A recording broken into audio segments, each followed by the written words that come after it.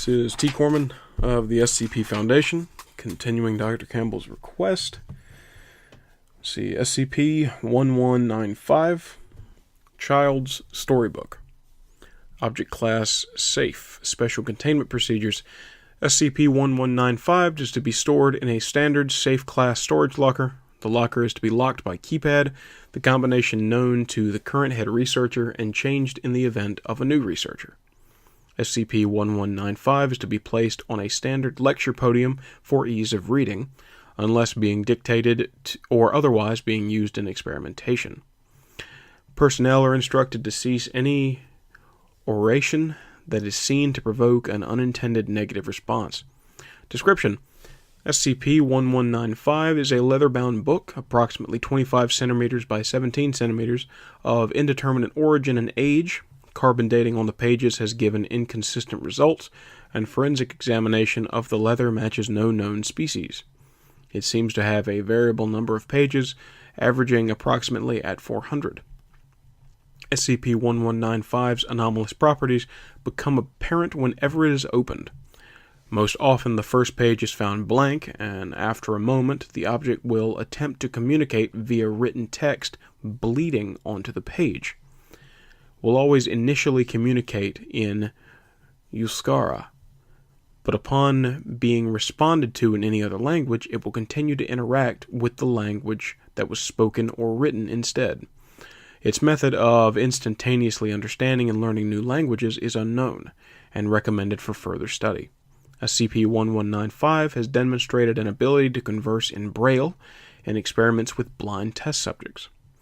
Upon being activated in this way, SCP-1195 will make one of various requests. See document 1195-W73 for full list of requests. And it does not appear that I have that. Okay. The most common request is to be told a story.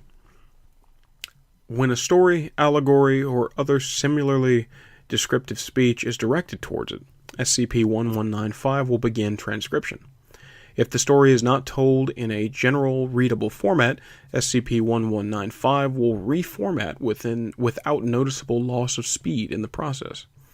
If allowed pauses during the story, SCP-1195 will offer criticism, encouragement, or other comments depending on the oratory skill, imagination, or interest of the speaker.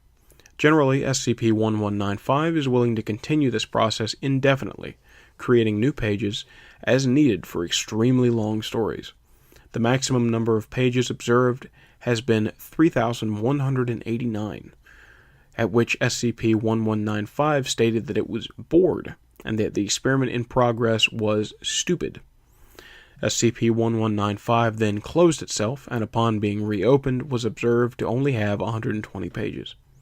However, whether this was due to dissatisfaction with the experiment or with the quality of the narrative is unknown. SCP-1195 has no direct means of locomotion. However, it can close itself up with up to 15 N of force and turn its own pages. It generally allows itself to be handled by anyone, save those who physically damaged it or angered it previously.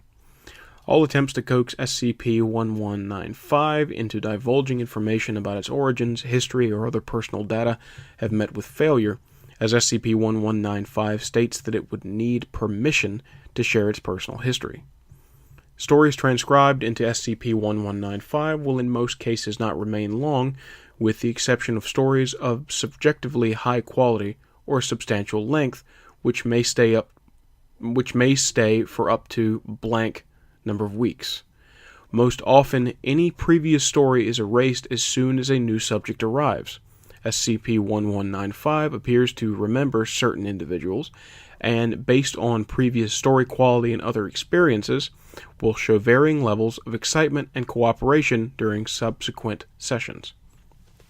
Attempts to damage the book have been met with varied results. It is clear that cosmetic and superficial damage to the exterior is lasting. As such, experiments must adhere to the guideline that they do not cause further damage to this area. The pages, however, seem able to be replicated with no upward limit.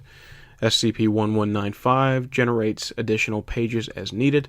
In the event that a page is physically removed from the object, text fades from the excised page immediately, and kerning on the remaining pages is adjusted so that the original full text is accommodated. Writing into the book has the same communicative results as speaking orally during initial interaction.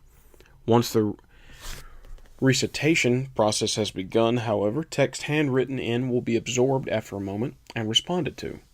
For example, a written-in note about SCP-1195's choice of formatting a particular paragraph will be considered and either disregarded or the format changed. Oh, and it looks like I do have document 1195-W37. It's just scribbled here at the bottom of this document itself. Okay. Requests made by SCP-1195 as of, and the date's been blotted out. Tell me a story. 8,985 times. Tell me a better story. 1,158 times. No kissy stuff. 972 times in response to narratives featuring erotic or romantic content. Tell me a joke. 604 times. Leave me alone, I'm sleepy. 411 times.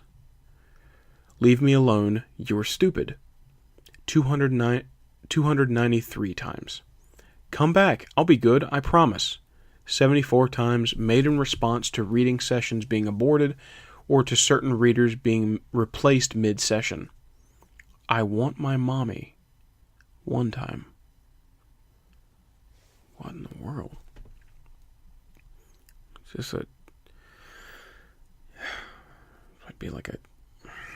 Oh man, I'm not a scientist, Dr. Campbell, so I don't know. I can only theorize with a grain of salt. But is there a kid trapped in this fucking book, or forced into this book, or I don't know. All the weird shit we get in here, there ain't no telling what it could be. Best not to dwell on it, right, Dr. Campbell? But that was SCP-1195, Child's Storybook.